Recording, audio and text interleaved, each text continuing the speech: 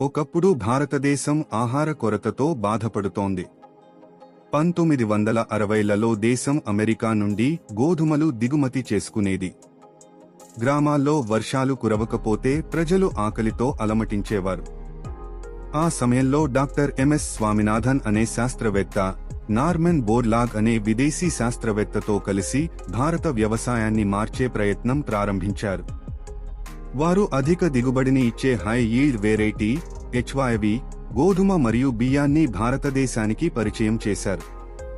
ప్రభుత్వం రైతులకు ఎరువులు, నీటిపారుదల సౌకర్యాలు, వ్యవసాయ రుణాలు అందించింది. ఫలితంగా ముఖ్యంగా పంజాబ్, హర్యానా, పశ్చిమ ఉత్తరప్రదేశ్ రాష్ట్రాలు భారతదేశపు అన్నపూర్ణలుగా మారాయి. కొన్ని సంవత్సరాల్లోనే భారత్ ఆహార లోటు దేశం నుంచి ఆహార మిగులు దేశంగా మారింది. ఈ మార్పునే పచ్చ విప్లవం, గ్రీన్ రెవల్యూషన్ అంటారు. కానీ కాలక్రమంలో ఎరువుల అధిక వినియోగం, భూగర్భ జలాల తగ్గుదల, చిన్న రైతులకు లాభం లేకపోవడం వంటి సమస్యలు తలెత్తాయి. అందువల్ల ఇప్పుడు సెకండ్ గ్రీన్ రెవల్యూషన్ అంటే సుస్థిర వ్యవసాయం, సేంద్రియ వ్యవసాయం, టెక్నాలజీ వినియోగంపై దృష్టి పెట్టాలి అని ప్రభుత్వాలు భావిస్తున్నాయి.